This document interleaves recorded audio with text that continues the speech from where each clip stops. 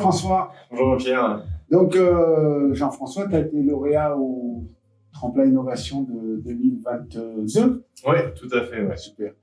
Alors, tu veux bien nous présenter le projet que tu as soutenu en 2022 Oui, alors le projet du tremplin, initialement, c'était de pouvoir financer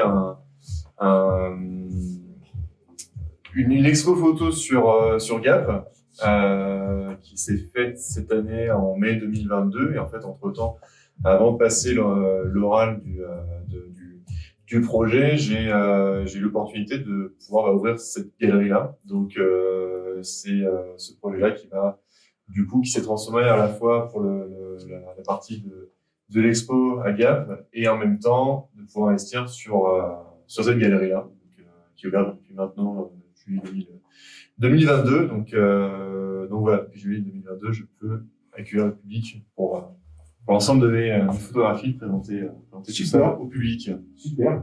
Et alors, tu nous dis un peu, depuis cette date-là, comment ton projet a pu évoluer et où t'en es maintenant?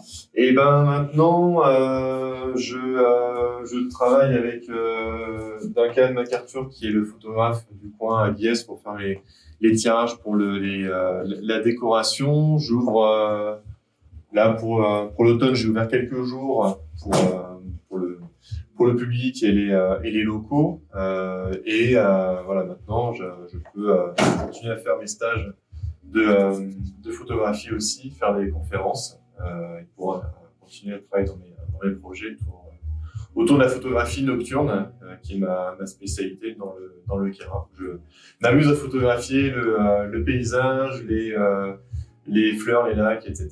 Mais c'est de trouver un peu d'originalité, des choses nouvelles en fait en photographie dans le Cara pour mettre tout ça en valeur.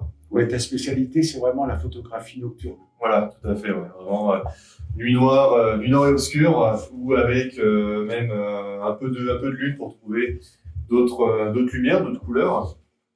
Et voilà, essayer de trouver des choses nouvelles, en fait, moins peu faites en France.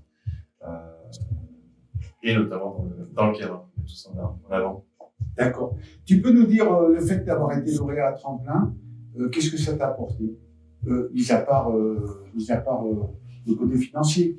Ça m'a apporté le fait de croire en soi et de croire en ces projets qui sont pour moi deux choses différentes, qui sont pour moi une chose subjective et objective. Objectivement, je me suis dit, c'est une belle chose, c'est une belle opportunité de pouvoir se présenter à soi, montrer un peu ce qu'on a dans les tripes. Et subjectivement, dans le sens pour être en accord avec soi-même, être droit avec, c'est vraiment ce qui me tient à cœur, et de pouvoir se présenter face à des gens, un jury qui sont là prêts à nous écouter, donc à être à peu près à l'aise avec avec soi, avec sa parole. Tu t'es senti plus fort. Voilà, on se sent plus fort, plus légitime aussi. Oui, plus légitime.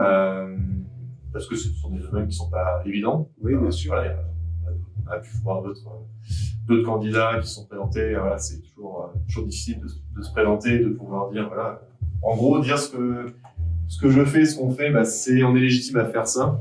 Et grâce à ça, ça a pu donner une impulsion et de la confiance, vraiment, confiance en soi. Ok. Et enfin, tu aurais un conseil à donner à un futur candidat de Tremplin Innovation? Il faut tenter.